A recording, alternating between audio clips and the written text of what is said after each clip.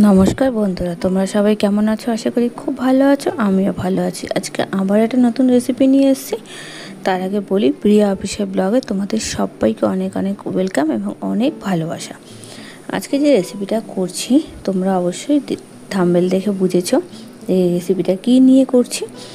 চলো সঙ্গে থাকো, পুরো ভিডিওটা দেখতে থাকো। আর যারা নতুন আছে চ্যানেলটাকে অবশ্যই সাবস্ক্রাইব করো, পাশে বেল আইকন প্রেস করো নিত্য নতুন রেসিপি পাওয়ার জন্য। আর যারা আমার সাবস্ক্রাইবার বন্ধুরা আছো তাদেরকে বলবো প্লিজ চ্যানেলটাকে লাইক করো, ভিডিওটাকে লাইক করো, কমেন্ট করো আর শেয়ার করো।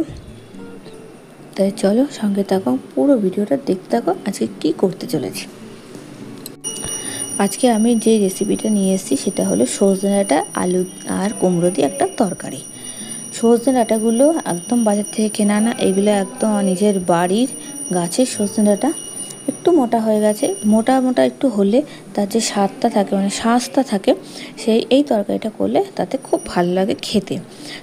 সরু সরু যেগুলো থাকে তখন এই তরকারিতে খুব একটা ভালো লাগে না, একটু মোটা হলে স্বাদও ভালো হয়, কেন ওর মধ্যে যে শাঁসটা থাকে সেটা খেতে খুব স্বাদ লাগে। তাই সজনে ডাঁটা আর তরকারি জন্য যে আলু আর কুমড়ো নিয়েছি সেটা আগে বানিয়ে নিয়ে চটজলদি রেসিপিটা তৈরি করব। পুরো সঙ্গে থাকবে, পুরো তোমাদের সঙ্গে শেয়ার করব যে কী কী আমি ব্যবহার করছি। আগে সবজিটা কেটে নিই, ঠিক আছে? তাই চলো সঙ্গে থাকো।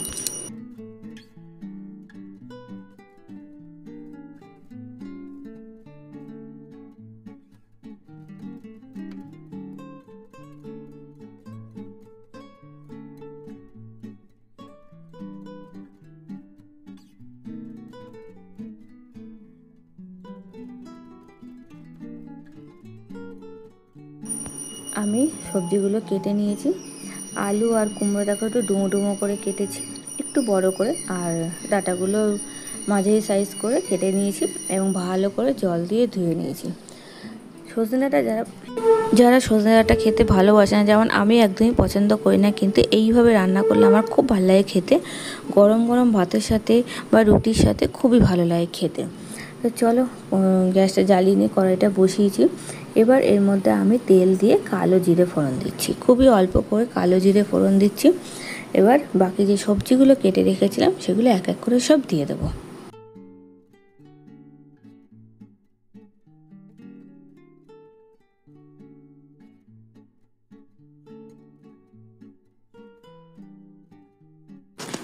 সবজিগুলো সব দিয়ে মধ্যে নুন দিয়ে দিচ্ছি। নুন দিয়ে ভালো করে কড়াইতে আগে সবজিগুলো নাড়িয়ে নেব। নিচে তেল আর ফোড়ন যেহেতু কালো জিরে দিয়েছি আর নুনটা দিয়েছি, ভালো করে সব একসাথে সবজির সাথে মিক্সড করে নেব, তাহলে নুনটা পুরো সবজির মধ্যে মিশে যাবে। এবার এটা দিয়ে কিছুক্ষণ আমি ঢাকা দিয়ে রাখবো, ঢাকা দিয়ে দিয়ে অল্প করে করে নিবো আছে রেখে জিনিসটাকে রেডি করব। একবারে যদি সিম করে জোরে দিয়ে গ্যাস রান্না করার চেষ্টা করি তাহলে সেটা ওপর ওপর ভাজা হবে কিন্তু ভেতরটা কাঁচা থেকে যাবে। এবার আমি শিলনোড়াতে কালো জিরে কালো সর্ষে, সাদা সর্ষে আর পোস্ত নিয়ে নিয়েছি, আর একটা লঙ্কা বেটে নেব। আমি বেশিরভাগ জিনিসই মশলা বেটে নিই, আমি মিক্সিতে খুব কমই করি, বেটে নিলে বলে স্বাদটা বেশি ভালো হয়।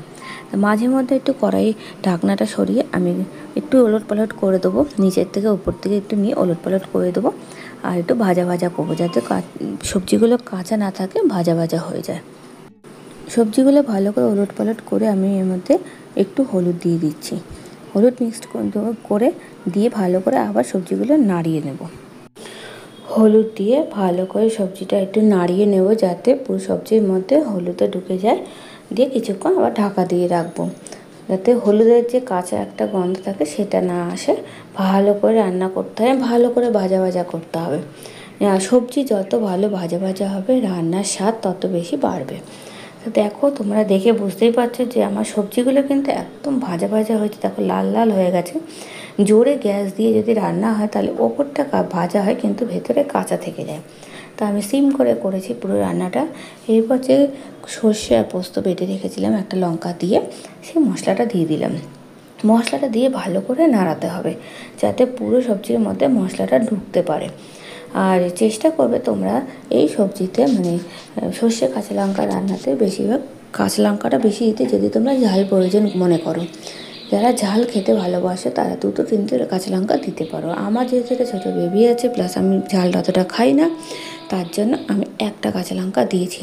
এইসব রান্নাতে ঝাল যত ভালো বেশি হবে, খেতে তত বেশি স্বাদ হবে। গরম গরম ভাতের সঙ্গে তো জাস্ট জমে যাবে। দেখো আমি ভালো করে সবজির সাথে নাড়িয়ে নিচ্ছি মশলাটা। এরপর যে খুন্তি ধোয়া জলটা দিচ্ছি, বড়রা বলে নাকি যে রান্নার শেষে খুন্তি ধোয়া জল দিলে খুব ভালো হয়। এর আগে আমি মশলার বাটিতে যে একটু মশলা লেগেছিলো সেই বাটি ধোয়া জলটাও দিয়েছি, দিয়ে ভালো করে নাড়িয়ে নিয়ে ঢাকা দিয়ে রেখেছিলাম। এবার ঢাকনা খুলে ফাইনালি আমি রান্নাটা শেষ করব। দেখো ভালো করে মশলা আমার একদম রান্না হয়ে গেছে, মশলাও ভালো করে ঢুকে গেছে। এবার একটু নুন দিয়ে দিয়েছি, কারণ তখন আমি নুনটা কম দিয়েছিলাম, নুন একটু প্রয়োজন ছিল বলে দিয়ে দিয়েছি। আর চিনি দিয়ে দিচ্ছি। যারা মিষ্টি আর ঝাল খেতে ভালোবাসে তারা পরিমাণ মতো নুন ঝাল মিষ্টিটা দেবে। এটা সম্পূর্ণ নিজেদের স্বাদ অনুসারে দিতে হবে। আমার রান্নাটা একদম কমপ্লিট। দেখো তোমরা বুঝতেই পারছো যে আমার রান্নাটা একদম কমপ্লিট হয়ে গেছে। তোমাদের যদি ভালো লাগে অবশ্যই তোমরা এইভাবে একবার ট্রাই করে দেখো। আশা করবো আমি খুবই ভালো লাগবে তোমাদের।